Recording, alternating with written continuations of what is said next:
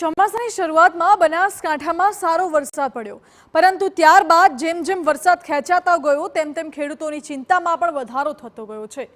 હવે પાછળથી વરસાદ ખેંચાતા ખેડૂતોની સ્થિતિ કફોડી બની છે।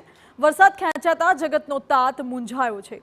બનાસકાંઠા જિલ્લામાં સારા વરસાદની આશાએ ખેડૂતોએ કુલ 3.70 લાખ હેક્ટરમાં વિવિધ પાકોનું વાવેતર કર્યું છે, પરંતુ છેલ્લા 20 દિવસથી વરસાદ ખેંચાતા હવે ખેતરમાં પાક સુકાઈ રહ્યો છે। પાણીના અભાવે પાકનો વિકાસ અટક્યો છે।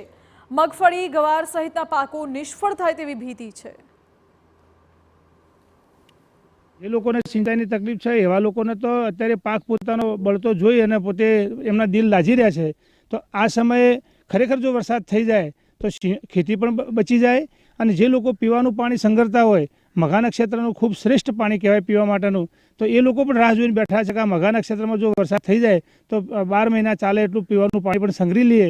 તે તમામની આશાઓ એ વરસાદ ઉપર છે અને કુદરતને પ્રાર્થના સૌ કરે તો ભાઈ વરસાદ જલ્દીમાં જલ્દી થાય તો ખેડૂતો અને નાગરિકો સૌને સુખાકારી થાય। શરૂઆતના દિવસોમાં ખૂબ સારો એવો વરસાદ થયો તો ખેડૂતોને આશા હતી કે આ વખતે વરસાદનું પ્રમાણ ખૂબ વધુ હશે તો ખેતીમાં ખૂબ મોટો ફાયદો થશે। તો અમે અમારી જે જમીન હોય એમાં જમીનમાં ઘાસચારા સિવાય બધી જમીનમાં વાવેતર કરી મોંઘા દાટ બિયારણ લાવી મગફળીનું વાવેતર કર્યું। મગફળીના વાવેતરમાં સેન્દ્રિય ખાતરો નાખવાની પણ ખૂબ જરૂરિયાત થતી હોય એટલે ખાતરો નાખી અને વાવેતર કર્યું અને અમાય છતાં ઘણા સમયથી ઘણા દિવસોથી વરસાદની સમસ્યા ખૂબ મોટા પ્રમાણમાં છે। વરસાદ આવ્યો નથી। વરસાદ વગર હાલ અમારો પાક એકદમ બળવાના આરે ઉપર છે। હવે કુદરતને વિનંતી કરી રહ્યા છે, પોકાર કરી રહ્યા છે કે ભગવાન વરસાદ આવે તો અમારું જે વાવેતર કરેલું છે બચે એવી પરિસ્થિતિ છે।